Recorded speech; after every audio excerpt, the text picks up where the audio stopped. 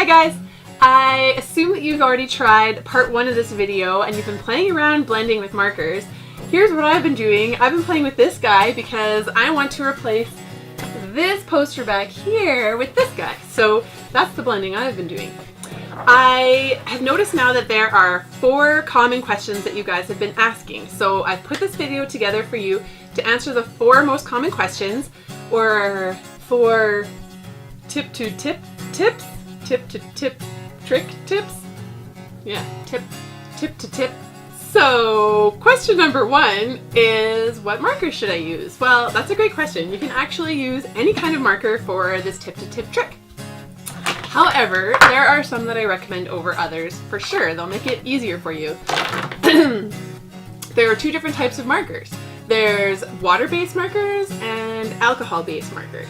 So most markers that you probably have been using are water-based, which just means that they're washable essentially, and the liquid in them is water, so they actually are quite wet.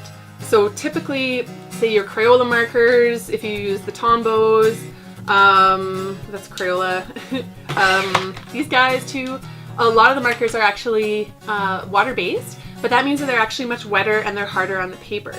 The alcohol-based markers are typically permanent markers or Sharpies, or any of the art illustration markers. So you got your Copics, whatever, Prismacolors, the Spectrum Noir, Sharpies, Bics, Markets, things they do in the US.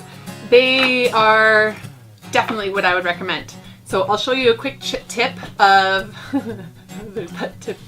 tip again of how to what the difference is when you're using water-based versus alcohol-based and why one's better than the other. I'm coming a bit closer so you can see the difference here. This is water-based. So the thing with water-based markers is once you start to color over top of the same spot, see how the paper gets so wet that it actually destroys the paper? See that? And it's all, you can actually color a hole right into your paper. So that makes it a lot harder. If you're trying to blend the colors, coloring in one spot, it won't work very well. But it'll still work, it's just a little trickier and it might be harder on your paper. But this is an example of an alcohol-based marker.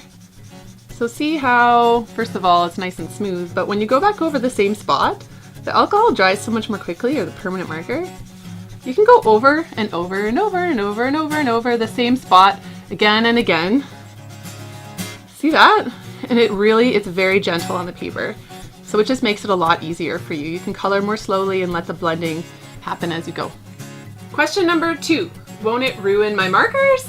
Well, that's a good question. I know, especially if you have the expensive ones that you've invested in, you're probably afraid of touching the tips together, and it's against everything that we've ever learned. But you know what? Don't be afraid. It's not going to ruin your markers.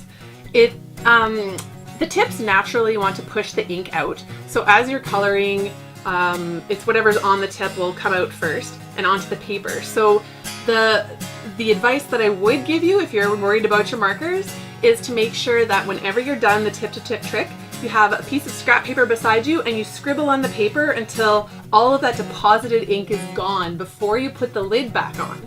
If you put the lid back on, I'm not sure what will happen, but I wouldn't be comfortable doing that knowing that other ink is still on there. So just always make sure you scribble until the other ink is gone.